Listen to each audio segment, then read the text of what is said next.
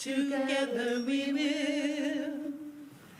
There is always a light in the dark. when we are ready to see it. There is always a light in the dark. when we are ready to be it. To see the light, to be the light, to raise our eyes in the dark of night, and be a to climb this hill. Together we will. There is always light. There is always light. We are ready to see it. There is always light. There is always light. We are ready to be. To see the light, to be the light, to shine. Climb this hill, we know we will. There is always light. There is always light. We are ready to see it. There is always light. There is always light. To see the light, to be the light, to shine.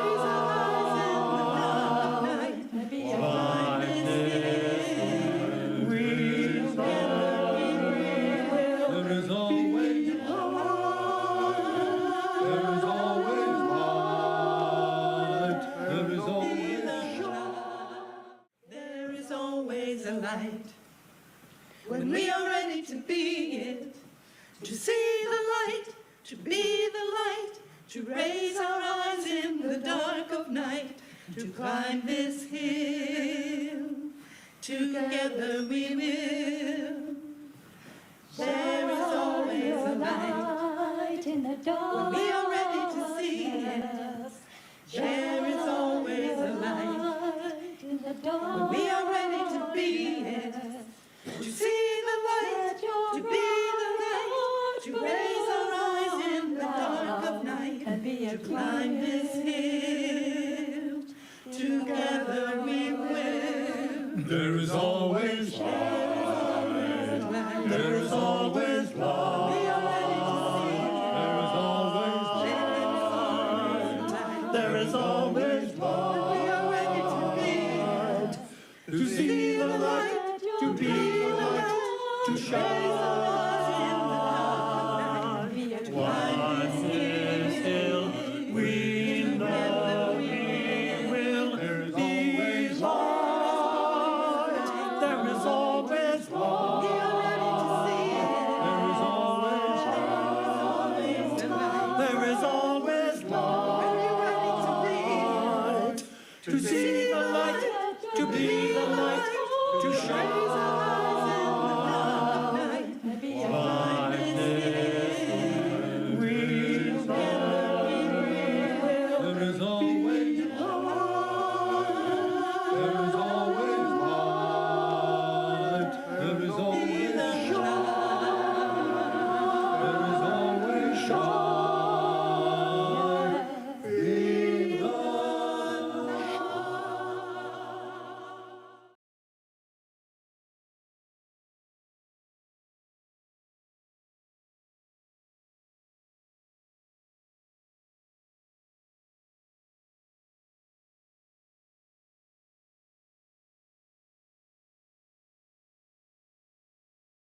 There is always a light when we are ready to see it. There is always a light when we are ready to be it, to see the light, to be the light, to raise our eyes in the dark of night, to climb this hill. Together we will. There is always a light in the dark. when we are ready to see it. There is always a light in the dark. when we are ready to be it, to see the light, to be the light, to raise our eyes in the dark of night, and be a to climb this hill. Together we will. There is always light. There is always We light. are ready to see it. There is always light. There is always We are ready to be. light. To to see the light, to be the light, to shine. Once this hill we know we will be light. There is always light. There is always light. There is always light. To see the light, to be the light, to shine.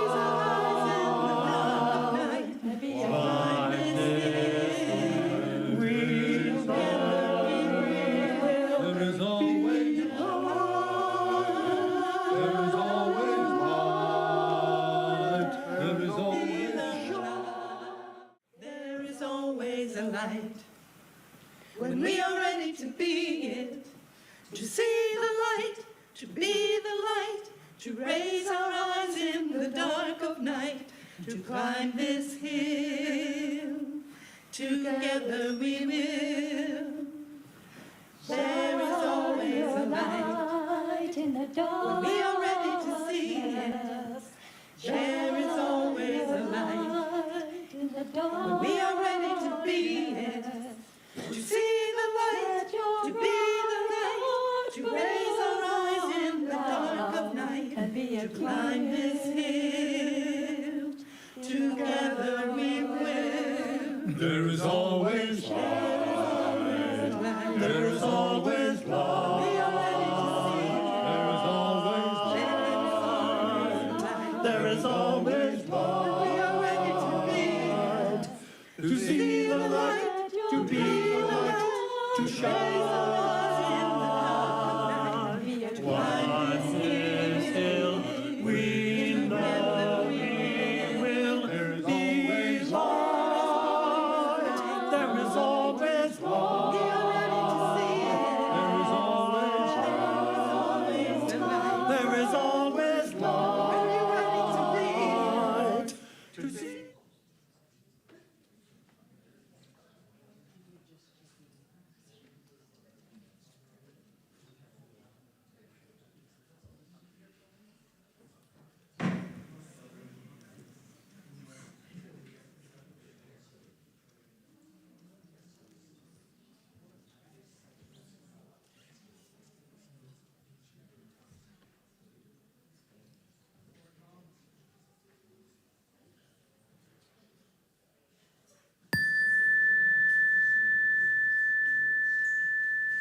Thank you for the sound check, Richard. I appreciate it.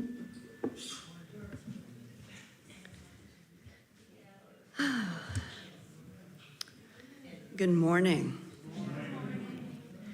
On behalf of the Worship Committee, welcome to the Unitarian Universalist Congregation of Columbia. I think I've had enough coffee to say that correctly. Our minister is the Reverend Stephen Robinson. We'd like to remind you to stay connected with our community by keeping an eye on the following communications. Our recurring events are included in the calendar with your order of service, but special events are also coming up. We provide an email newsletter every Thursday to keep you informed about these upcoming events, so please be sure we have your email address and check your email. To help our worship flow smoothly, please email all requests for announcements to worshipchair@uucolumbia.org. The service leader will gladly share them at the close of Sunday's service. We warmly welcome families with children and offer childcare during our service for children up to 4 years old. We have designated seating area for children ages 4 to 7 and their parents or caregivers. Feel free to bring the toys available in the back of the social hall for quiet play. Today, after the story for all ages, children will go to their CYRE classes. Today's flowers were donated by the UUCC Flower Team. Please silence all devices as we center ourselves on today's service and listen to the prelude.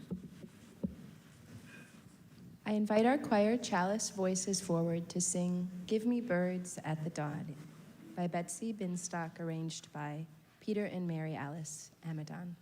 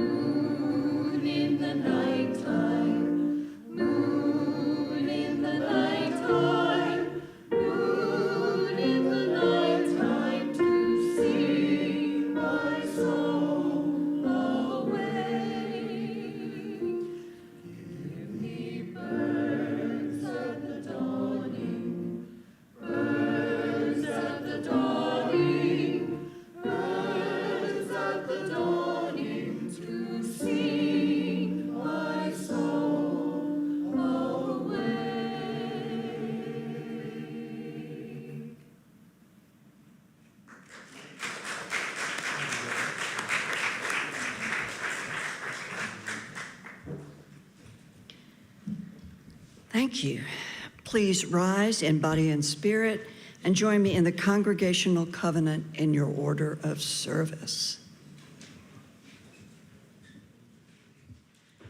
Love is the doctrine of this congregation.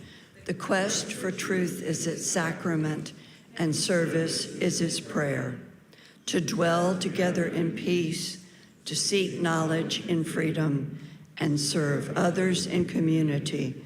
Thus do we covenant with one another. Please be seated. Unitarian Universalism is a diverse and non-creedal religion. Our community is founded on deeds, not creeds.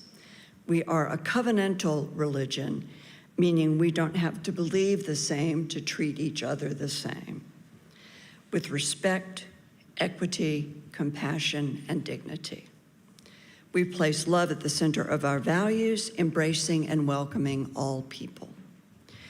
We're delighted to welcome all our guests and visitors. Today, Ryan is assisting with bringing the microphone To our visitors, if you are willing and able, please stand and wait for the microphone to reach you. Do we have any visitors?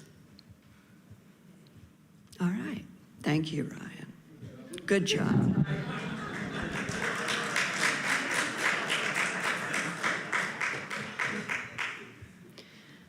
Today's chalice lighter is Ash Bashir. Ash and his family joined the Unitarian congregation about a year ago, and Ash enjoys CYRE activities. Spirit of light and life, come unto us.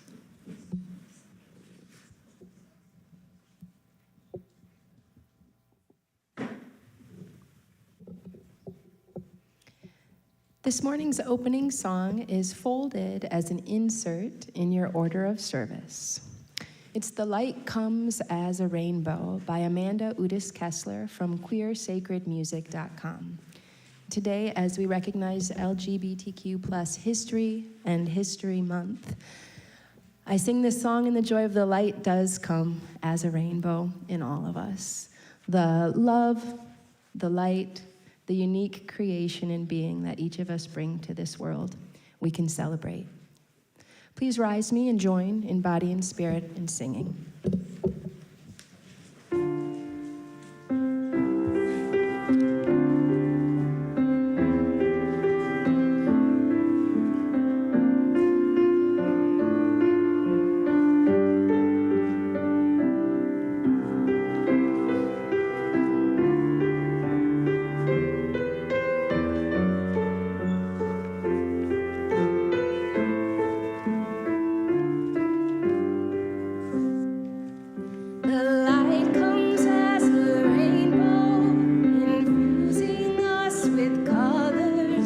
Assuring us of welcome, a covenant of care. The rainbow fills horizons, surrounding us with beauty, reminding us to honor the love that's always there. The light lives in our bodies, inspiring us to wonder, inviting us to passion, a covenant of joy. The rainbow is a present, a gift to all creation, a promise from the holy to bless and not destroy. The light grows in our healing, it draws us to each other.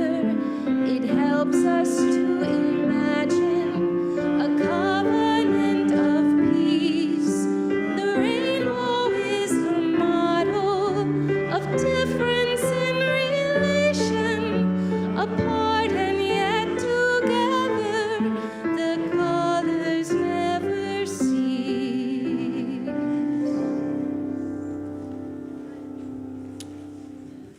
Invite our children to join me down front for the story for all ages.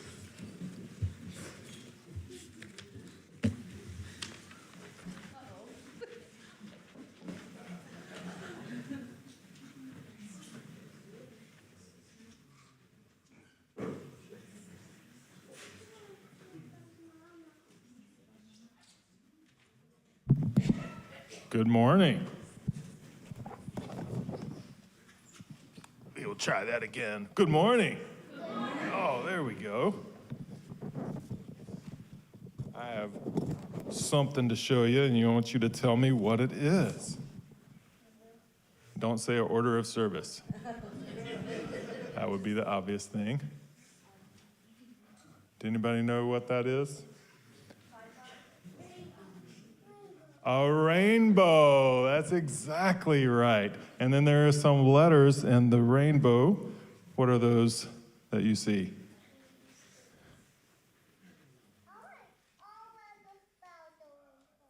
Yep, all the letters of the rainbow. This says LGBTQ plus History Month. Did you know what all those letters stand for? Yep, anybody? Oh, that's a good thing. That stands for this place for sure. What else do you think? All right, do you hear that? Lesbian, gay, bisexual, transgender, queer, questioning, and then the plus for all those other identities that are growing and that we are growing as a congregation of welcoming. Like I didn't know, like sometimes we throw that out there and put those images on our things, and I wanted to make sure that you know what this is and what this month is for. This month is a month of celebrating people that identify with one of those letters that have been so important in our history, and it's such an important thing for us to remind ourselves of those folks. So I have some people. Did you know every day this month, if you wanted to look them up, every day has an icon or a person that tells their story, someone that you can remember and talk about as a family, and you can look them up online, you can print them out, and they look kind of like this. Dinner table conversation, get to know someone. So let's look at this. Who is this? I can't read. Read it for me. Thank you. That is some really big print, too. That is so sad. There we go. Becca Ballant. Anybody know Becca Ballant? No. It's so great to introduce you to someone new. Becca Ballant is the first woman and the first openly LGBTQ plus person to serve in both the Vermont Senate and the Vermont House of Representatives. That's pretty cool, right? And so this is a great thing where you can learn about her story and her contributions to history, LGBTQ plus History Month. We're gonna save her for last. Okay. Yeah. I was gonna say, I know people know her. All right. Does anybody know Coleman Domingo? Anybody? Oh, yeah? Thought you might know Coleman Domingo. Very cool guy. Oscar, Tony nominated, Emmy Award winning director from lots of different plays and lots of different shows. A great musician, a great actor, a great director, a great writer. Get to know Coleman Domingo, and I bet you might know this person. Pretty good chance. Y'all hear that? Everybody looked at Becca and Coleman and was like, oh, I don't know them, but I got Anybody know who that is? Yeah. Who is that? Billie Eilish, that's right. What does Billie Eilish do? Sing. She is a singer. That is exactly right. Billie Eilish, 9-time Grammy and 2-time Academy Award winning music superstar. I love the quote on here from Billie. Do what? Very young. And she's famous. Sorry, Domingo and Becca, but Billie Eilish is famous. There's a quote from Billie Eilish here that says, I've always done whatever I want, and I've always been exactly who I am. How great is that? My greatest hope is that you feel the freedom to do both of those things, especially in this place at our congregation. I have one last person. This one's a little less colorful and flashy, but anybody know who that is? You can read the bottom if you. Wow. That's cool. Yeah. What do y'all think? Yeah. Born in 1936. That could be me. That could be me.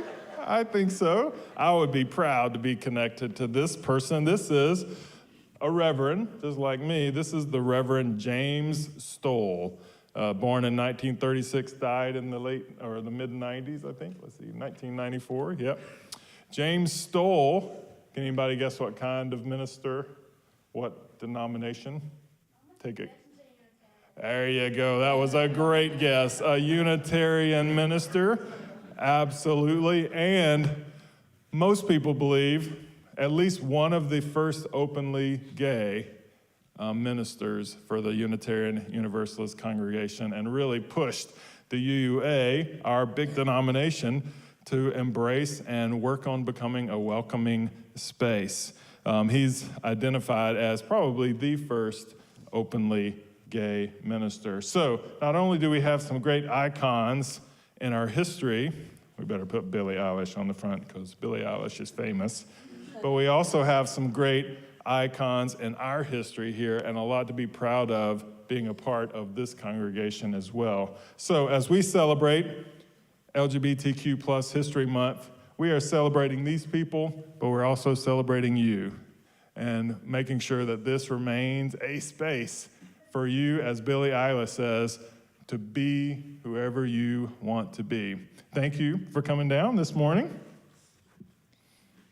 Anybody want to take Billie Eilish with them? Me. All right.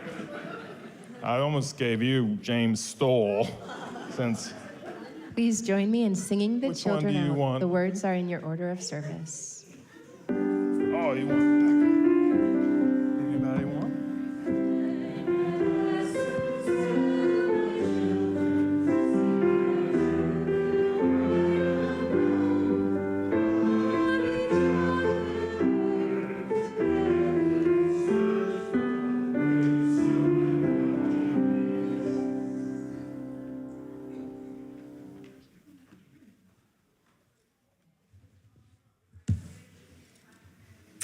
All right, I look like James Stoll.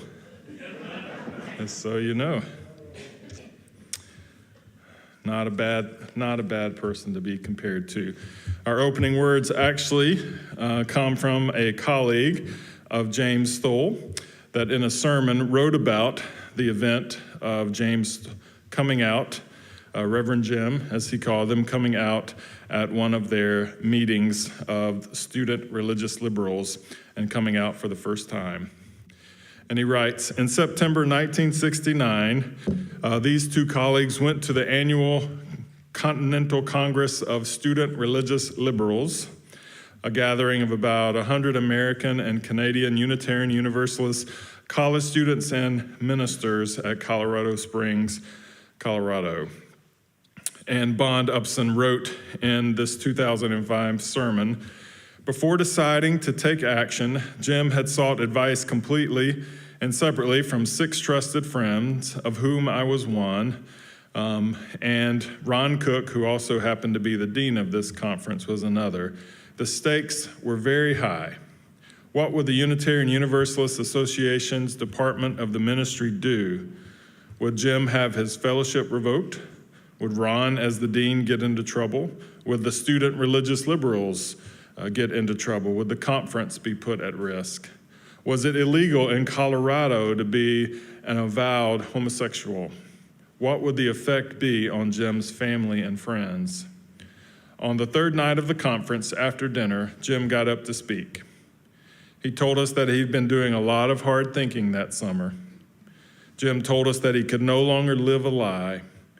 He had been hiding his nature, his true self, from everyone except his closest friends. And he said, if the revolution we're in means anything, it means we have the right to be ourselves without shame or fear. And then he told us that he was gay, always had been gay, and wasn't ashamed anymore, and he wasn't going to hide it anymore. And from now on, he was going to be himself in public, no matter what.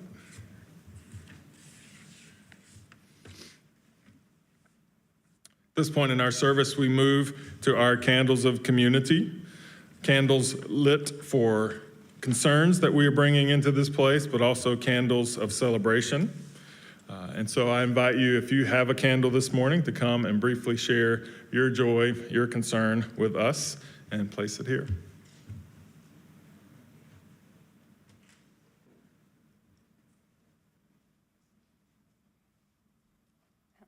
Good morning. I'm Laura Shears, and my mom, Lee Alvterahida, who's 82, had knee replacement surgery a couple weeks ago.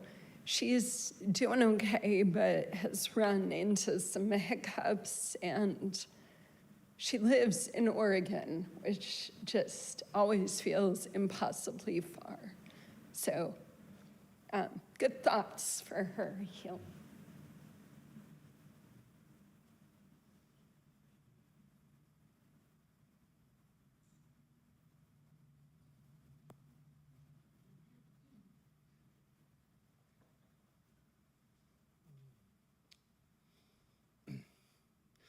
My name is Dave Stevens.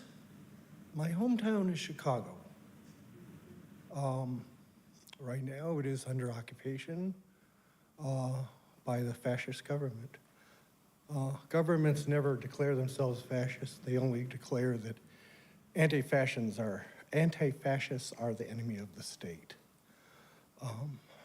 So that is my concern. I do have a joy of, on the 6th was my mom's birthday. She is no longer with us, but I still remember her.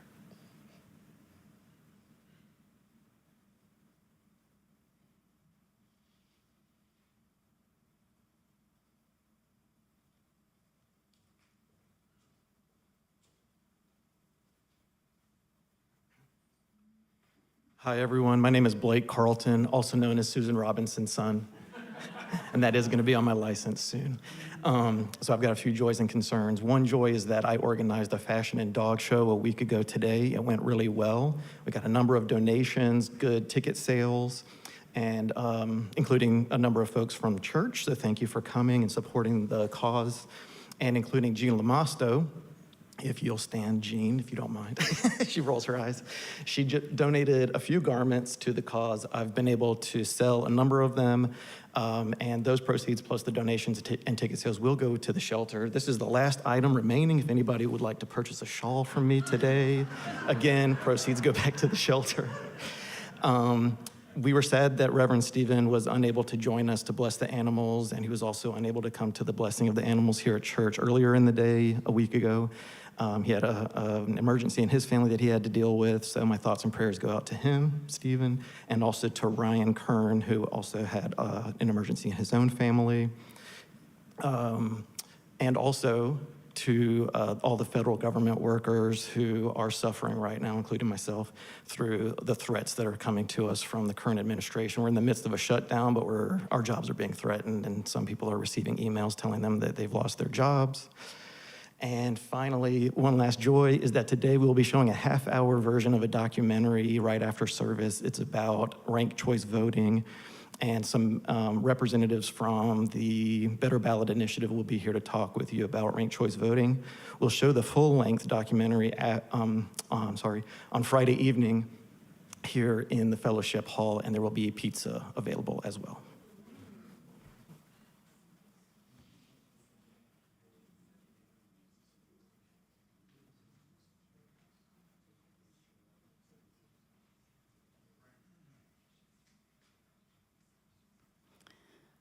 I am Joan Watterson, but I'm lighting this candle for Ryan Kern. And Blake made reference to Ryan having a sad event in his family. His father died Monday night. And due to a little friction in the family, long story, I'm sure, he did not attend either his father's deathbed or his service yesterday. But Ryan would like to thank Melody Smith, I don't think she's here today, for arranging a room here so that his chosen family around here, around Columbia, all gathered there and had a very grieving time and a good time. Lots of tears, lots of sadness, but happiness too. So this is for Ryan.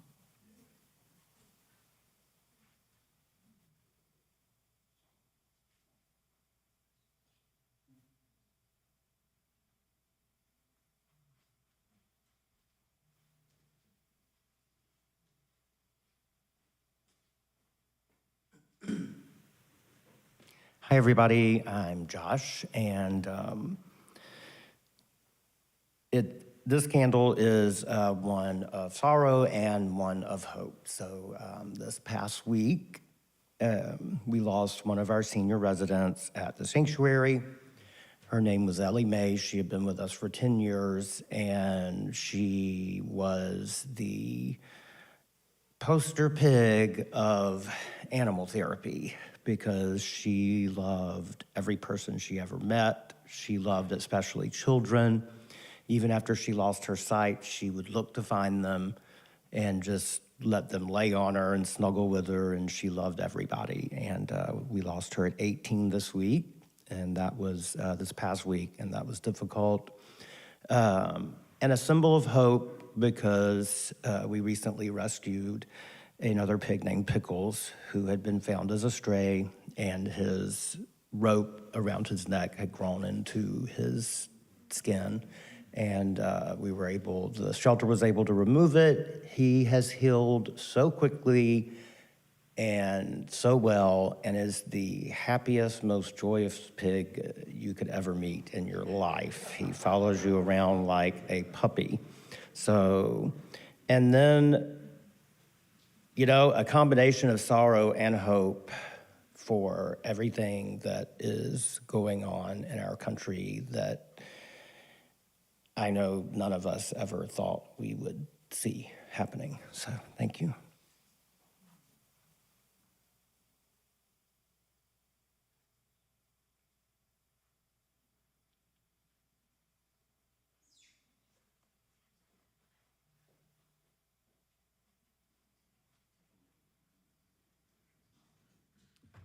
Thank you, Josh. I know you all have been through a tough year at the sanctuary.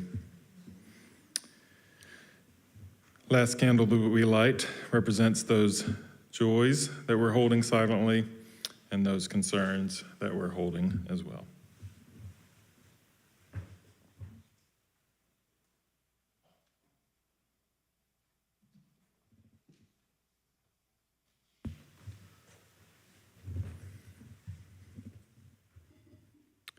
I invite you to take just a few deep breaths and remember all that's been shared this morning.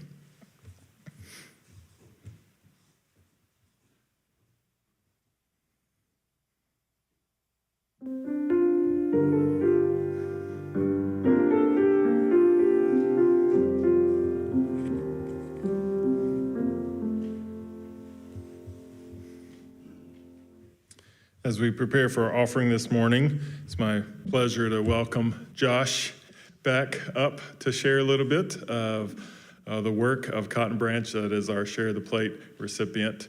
My kids asked me a couple of months ago, when is Josh coming back and is he going to bring a pig for you to hold? So the answer is no, right?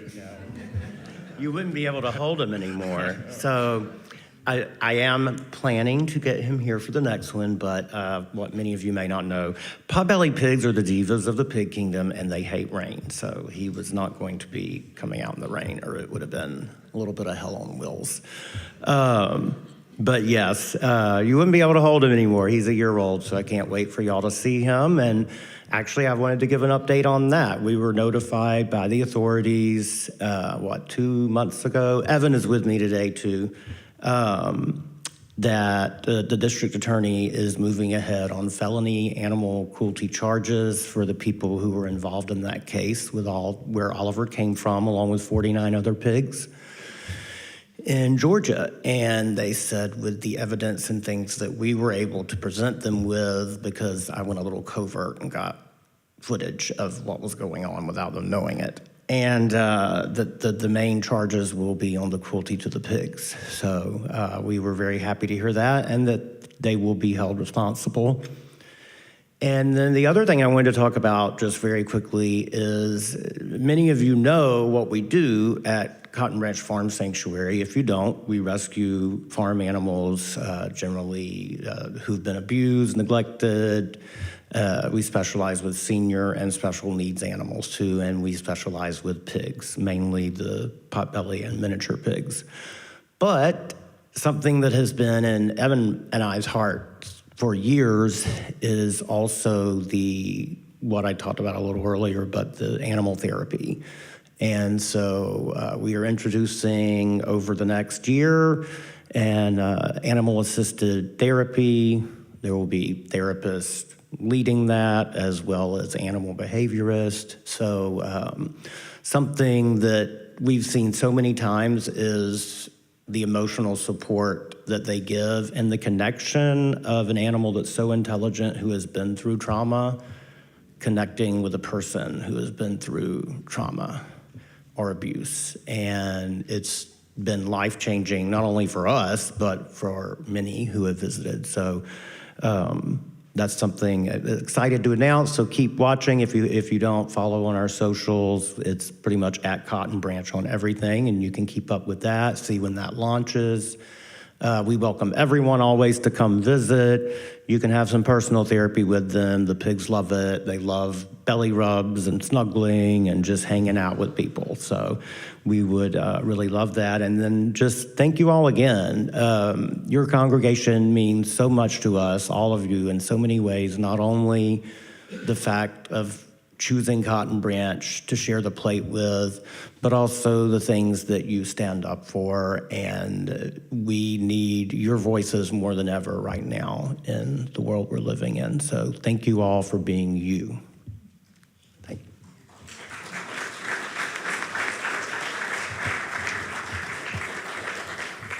Thank you, Josh. Thank you, Evan, for the work that you do. And it's our pleasure to join you in that work with Share the Plate this month and throughout the year with our other ways of supporting.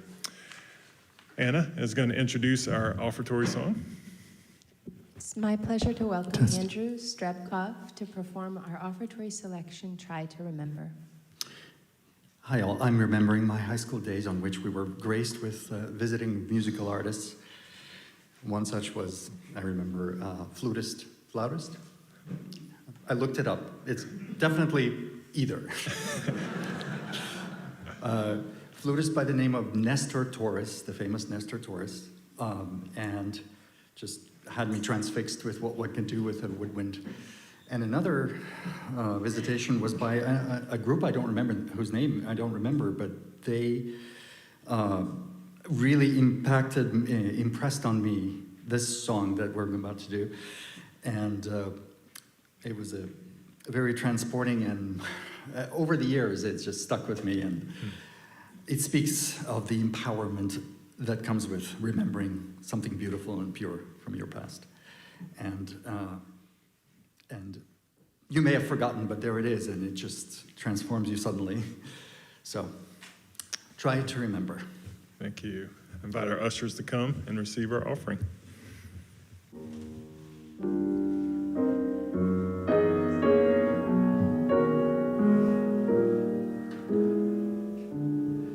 Try to remember the kind of September when life was slow and oh so mellow. Try to remember the kind of September when grass was green and grain was yellow. Try to remember the kind of September when you were a tender and callow fellow. Try to remember, and if you remember, then follow. Try to remember the kind of when life was so tender that no one wept except the willow. Try to remember when life was so tender that dreams were kept beside your pillow. Try to remember when life was so tender that love was an ember about to billow. Try to remember, and if you remember, then follow. Follow.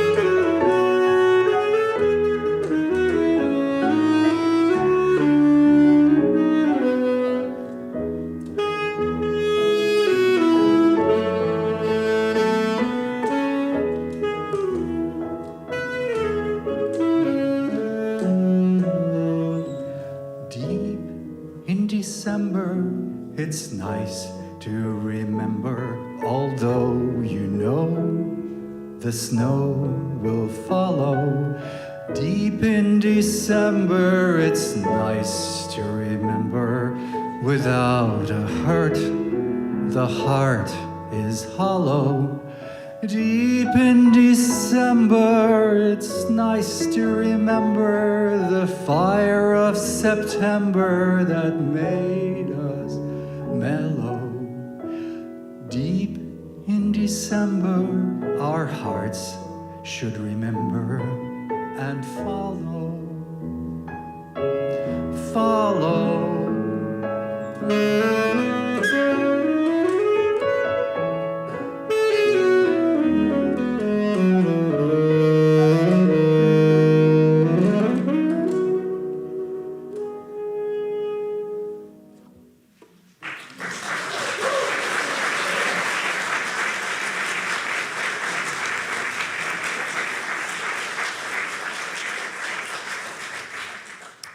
Receive our offering, symbol of our commitment to our good work.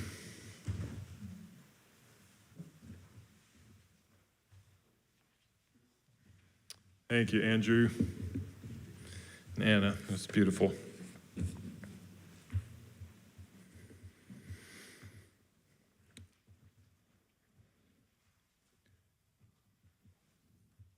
I'm sure that many of you are aware, if you didn't see or read, at least heard talked about a speech that was given on September 30th to the military generals at Quantico in Virginia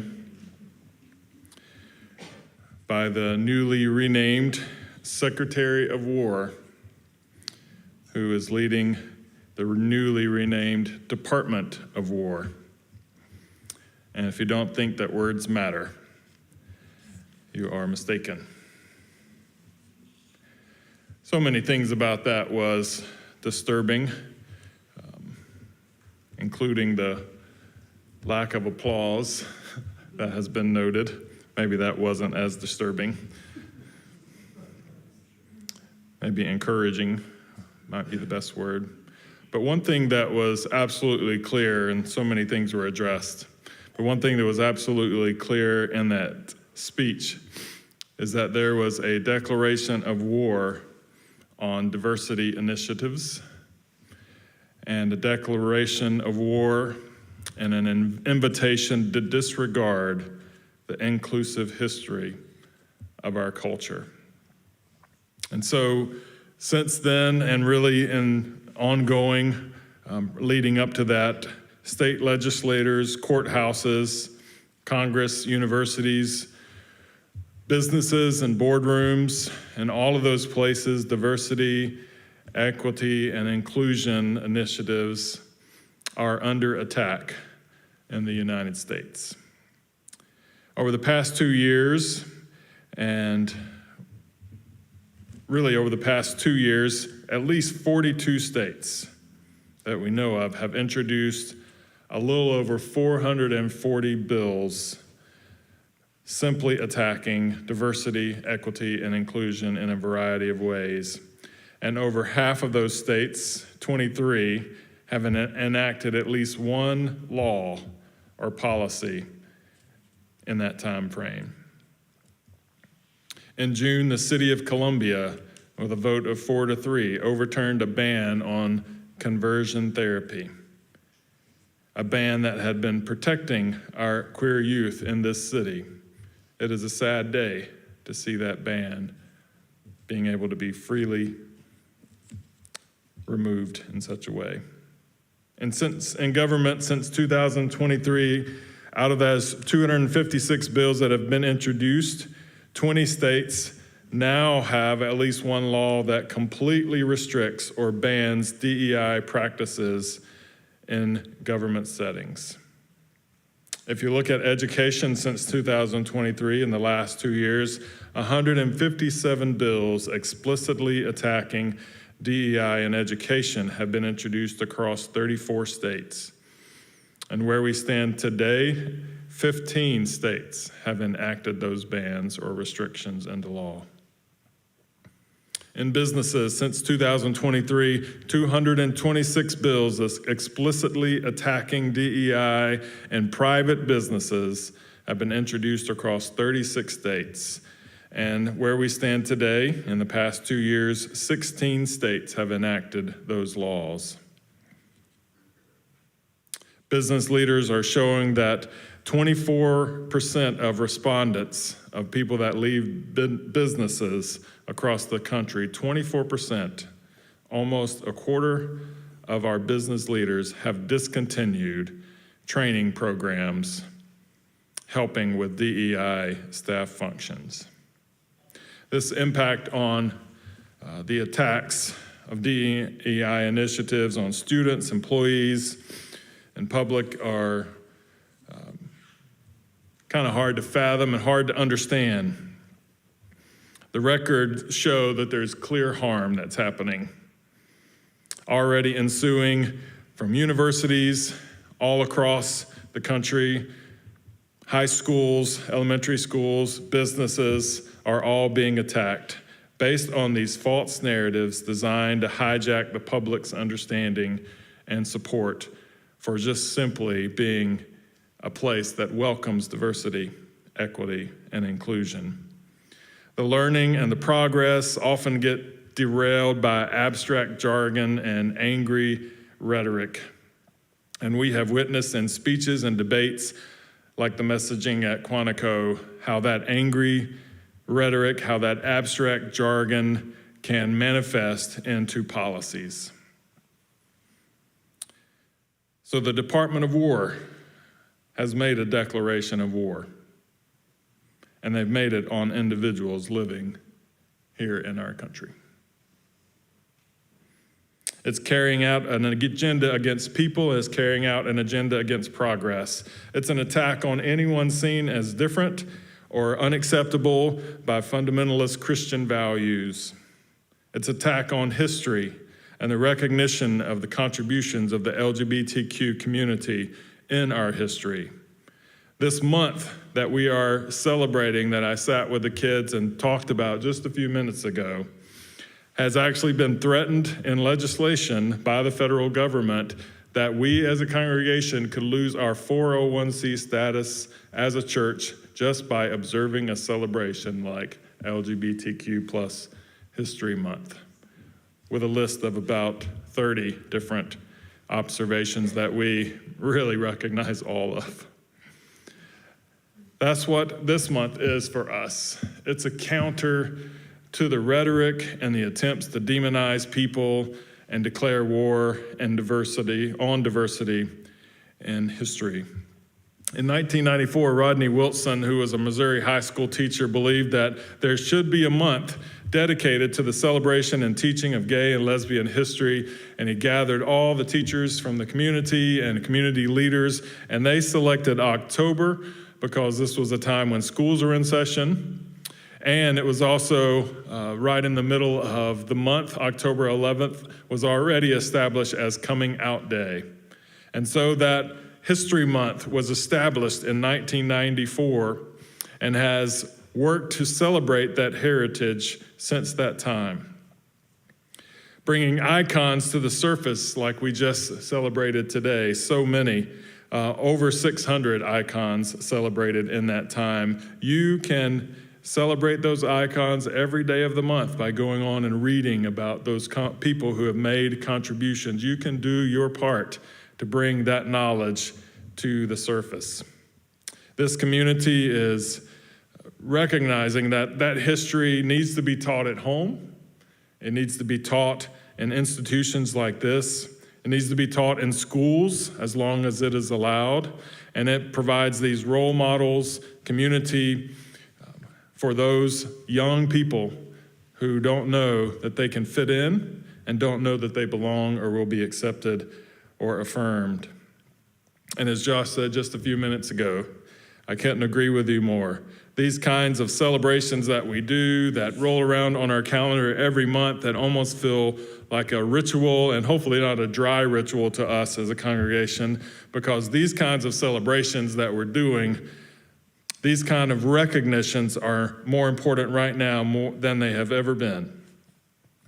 We have to intentionally hold up the heroes and the contributors to our humanity and our society. We have to be a place that counters the message that is so loud, this angry frenzy of hate and fear that is becoming all too common an occurrence.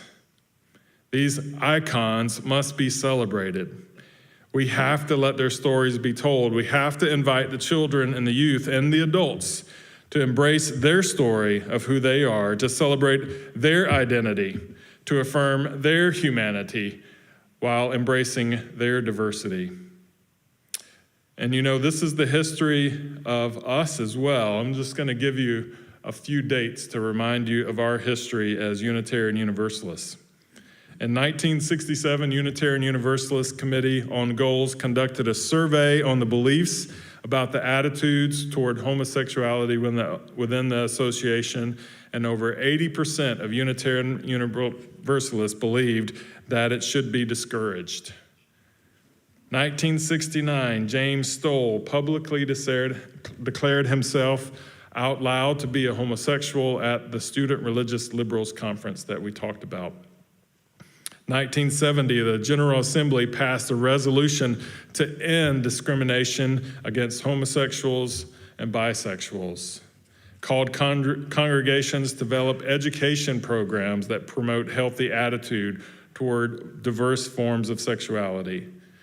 1971, the UUA published About Your Sexuality, teaching positive attitudes toward homosexuality and bisexuality. 1973, the General Assembly voted to create the Office of Gay Affairs, staffed by homosexual people, and to be a resource to the UUA. In 1974, which is, by the way, the year I was actually born, not 1939. Just want to throw that in there. In 1974, the General Assembly voted to fund the Office of Gay Affairs. 1979, Morgan Strong became the first openly gay man to be called to serve a Unitarian Universalist congregation, All Souls Church in Maine. 89, we passed a resolution to lend full assistance to congregations and ministers who are openly gay, lesbian, and bisexual. 84, we introduced a growing practice of some of the ministers conducting services of unions, of celebrations and marriages of gay and lesbian couples, and urged the members to support their ministers in doing that work. In 89, the General Assembly created the Welcoming Congregation Program to help congregations become more inclusive members of the LGBT community. In 93, we did endorse the March on Washington for lesbian, gay, and bisexual equal rights and liberation. 96, the Board of Trustees and the General Assembly passed a resolution in support of the same gender marriage. In 97, the UUA sponsored the first training on transgender issues. And in 2002, Reverend Sean Parker Dennison is called to serve the South Valley Unitarian Universalist Society in Salt Lake City, Utah, becoming the first out transgender person to be called as a minister to the Unitarian Universalist Parish Ministry. In 2006, the last time that we kept records, more than 50% of all of the UU congregations in the United States have been identified as welcoming congregations, and we are one of them. This is our history. That is a lot to be proud of over the past 30, 40, 50, 60. I was hoping to say 30 since my birthday was in the midst of that, but it's really a lot more than that, right? 50, 60 years. A lot to be proud of and a foundation to build on. This is our history. I don't know that we often teach our members, our new people that come to the UUCC looking for a place to find spiritual community, looking for a home, looking for a place to get coffee and a cookie on a Sunday afternoon, or whatever brings you to this place.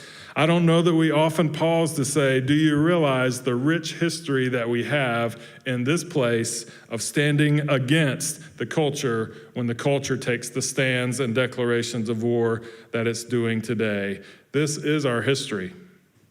And we still have much more work to do.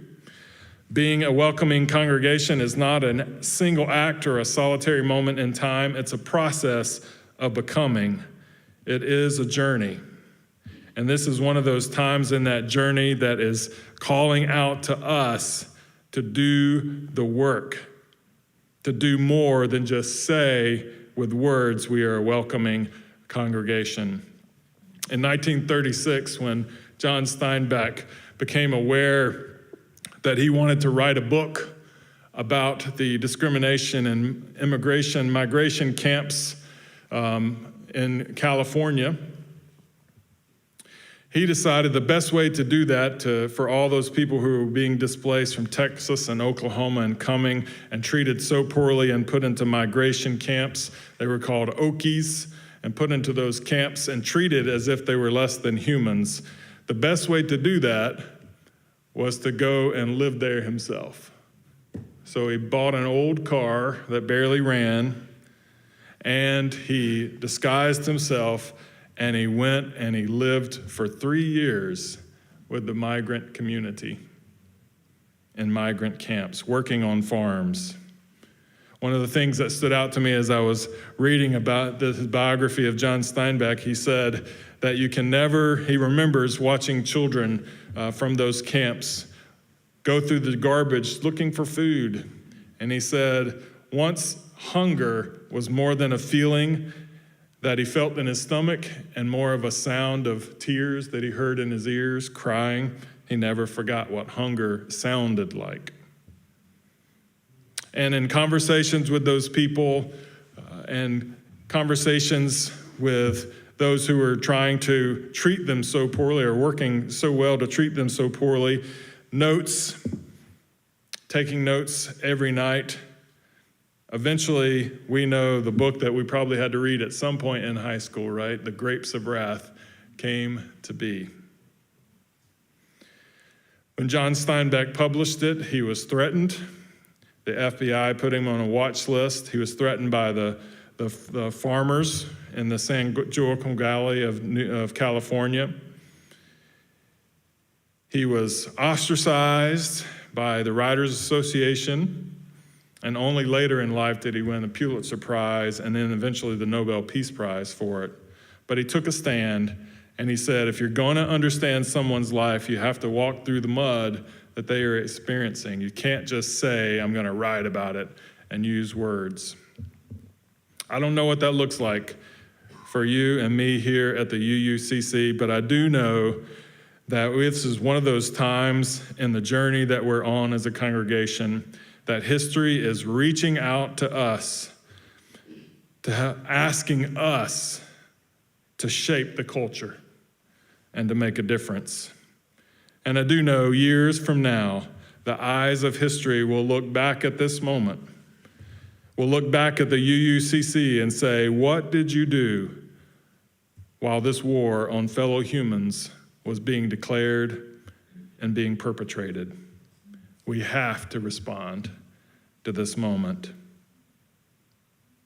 And as Dr. King implied, you don't counter violence with violence. So I'm not up here declaring war on those declaring war. That won't work. But we do have to respond. And we have to trust that love is the answer. And we have to ask, how can we here as a congregation become an oasis of love and affirmation and acceptance and safety in this tumultuous climate so that it overflows out of this building and hugs the community around us. May this be a place where love overflows.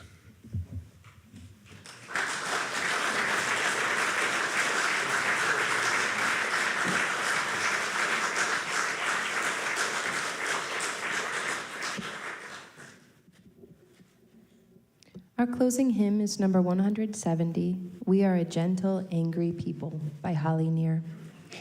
In 2017, in concert performing this, she said, "I wrote this song when Harvey Milk and George Moscone were assassinated. We originally sang We Are Gay and Lesbian together, but then we were surrounded by the support of allies, and so I changed it to We Are Gay and Straight Together. And now we are learning more and more about gender and sexuality, and it requires many more syllables than I can fit into the song. So let us now sing We Are All in This Together." Please rise in body or spirit to join in singing hymn number 170.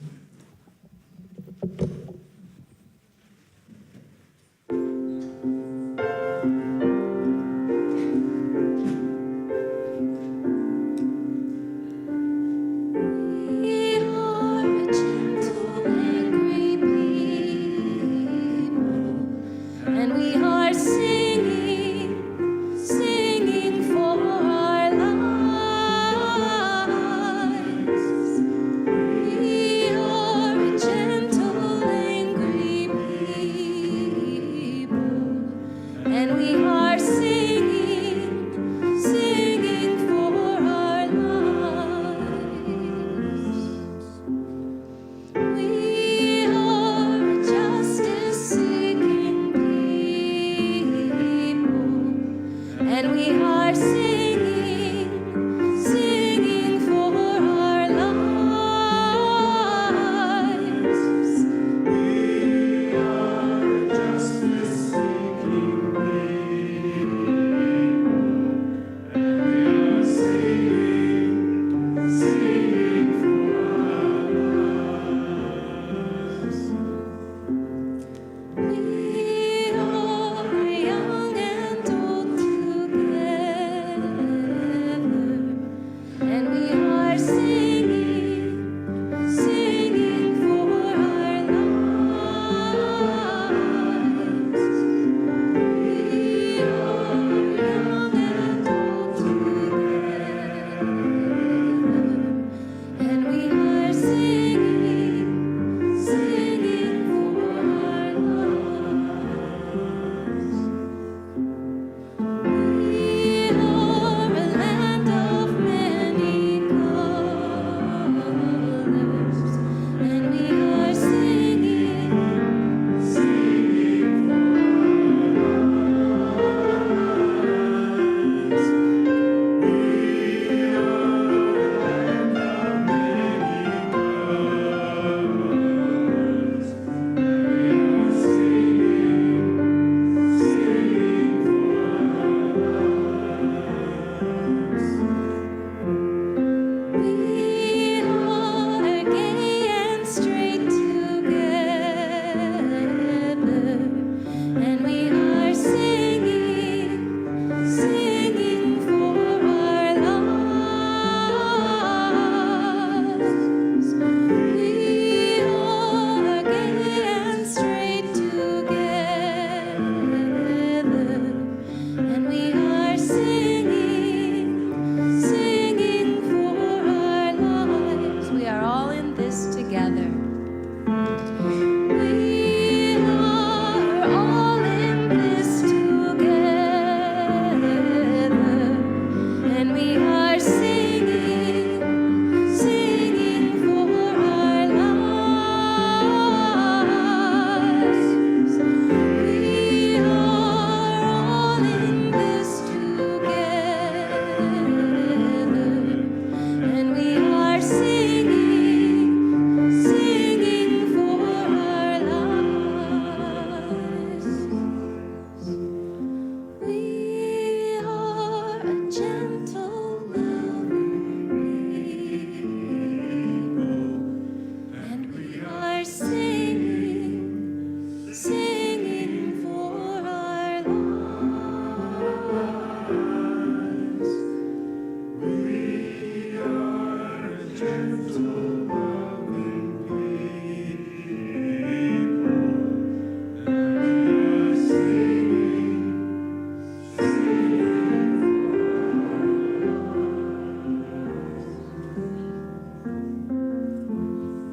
May we keep singing. Our closing words today come from Patricia Ryan Madsen, who uses the image of rowing a canoe. She writes, how we live our lives within the structure of our day is an eternal improvisation.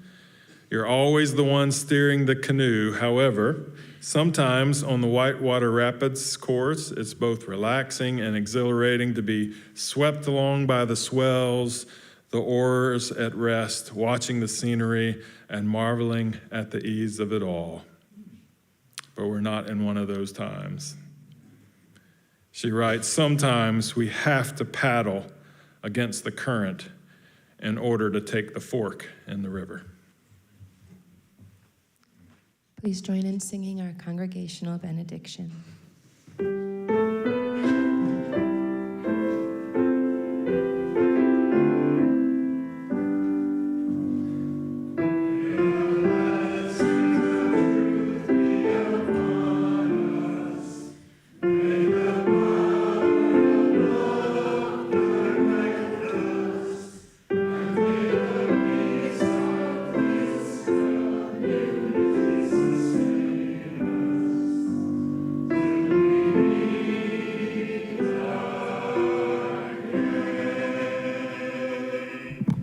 We'll be seated for just a moment for our time of announcements.